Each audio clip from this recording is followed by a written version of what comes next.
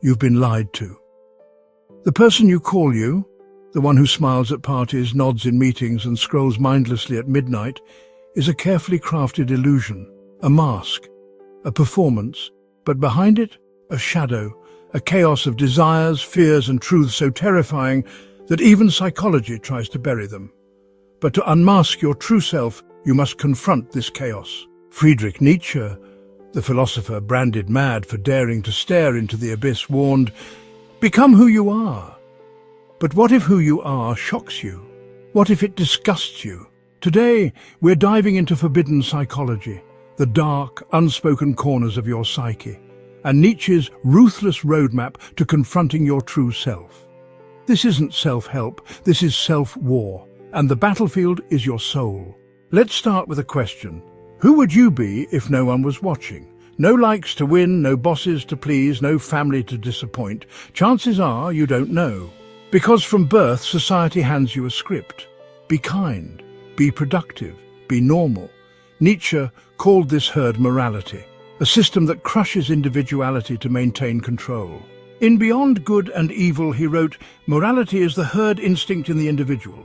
But here's the problem. Suppressing your shadow self, the parts deemed shameful or unacceptable, doesn't erase them. It amplifies them.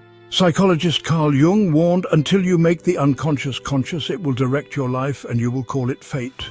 Think of the CEO who projects confidence but crumbles under imposter syndrome. The perfect parent who secretly resents their children.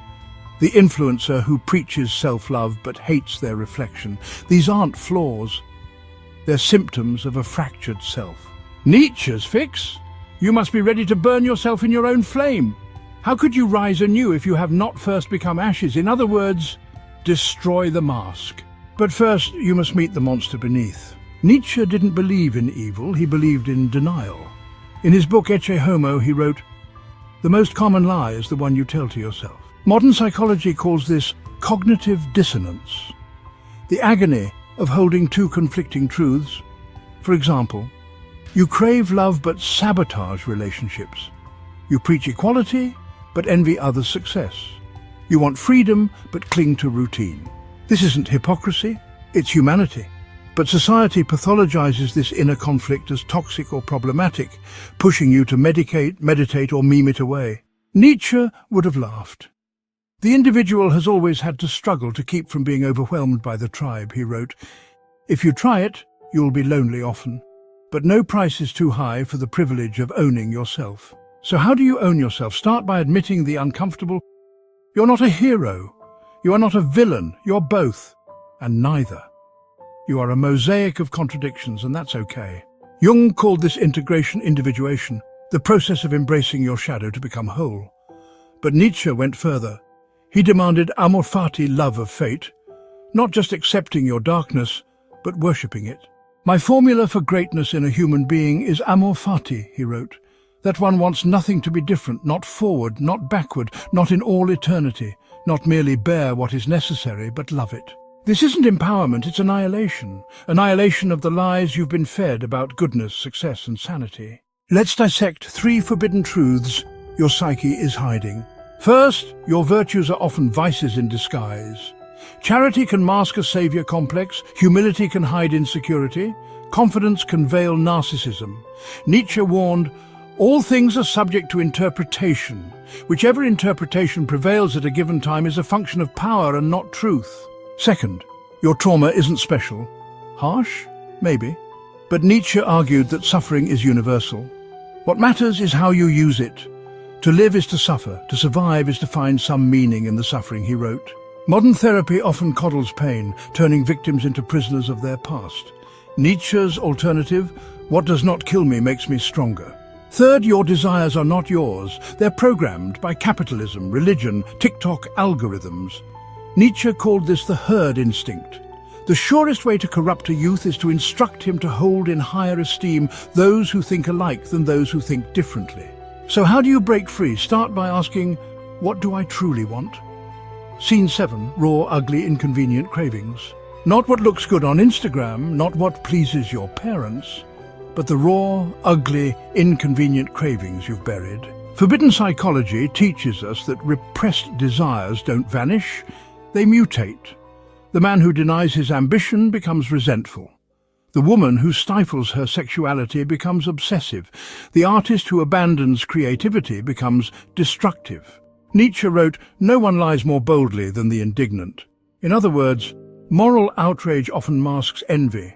Political zealotry hides insecurity. Spiritual bypassing conceals despair. To face who you are, you must strip away these layers. Start with a pen and paper. Write down 3 things you're ashamed of, not surface-level guilt, rotten truths. The jealousy you feel toward a friend's success. The pleasure you take in others' failures. The taboo fantasies you'd never confess. Then ask, what would happen if I owned these? Would the world end, or would I finally breathe? Jung argued, there is no coming to consciousness without pain. But Nietzsche added, you must have chaos within you to give birth to a dancing star. Still here? Good, let's go deeper. Modern psychology pathologizes narcissism, but Nietzsche celebrated it in moderation. The degree and kind of a man's sexuality reach up into the ultimate pinnacle of his spirit, he wrote. Translation. Your darkest impulses are gateways to your highest self. The key is sublimation, redirecting primal energy into creation. The entrepreneur's greed becomes innovation. The artist's lust becomes beauty. The writer's rage becomes the truth. But society condemns this alchemy as selfish or unethical. Nietzsche retorted, the noble soul has reverence for itself. Forbidden psychology reveals another truth. Yourself is an illusion. Neuroscience confirms that the brain constructs a cohesive identity from fragments of memory and perception. Buddhism calls this anatta, or no-self. Nietzsche called it a fiction imposed on the flux of becoming. So who are you really? A story, a work in progress, a verb, not a noun. Man is a rope stretched between the animal and the Superman. A rope over an abyss, Nietzsche wrote. Your task isn't to find yourself, but to create yourself. But creation demands destruction. To build a new identity, you must raise the old one. This is Nietzsche's will to power, not domination over others, but mastery over oneself. He who cannot obey himself will be commanded, he warned. So how do you begin? Start small. Reject one societal expectation today. Say no to a demand that drains you. Admit a craving you've suppressed. Then observe, does the world collapse or do you feel alive? Nietzsche's philosophy isn't for the faint of heart. When you gaze long into an abyss, the abyss also gazes into you, he wrote. But avoidance is a slower death. Forbidden psychology teaches us that the unexamined life isn't just not worth living, as Socrates said, it's a ticking bomb. Your shadow will erupt as addiction, rage, depression. Nietzsche's solution, become who you are, not who you wish to be, not who others demand, but who you are. Raw, flawed, human, this is the ultimate rebellion.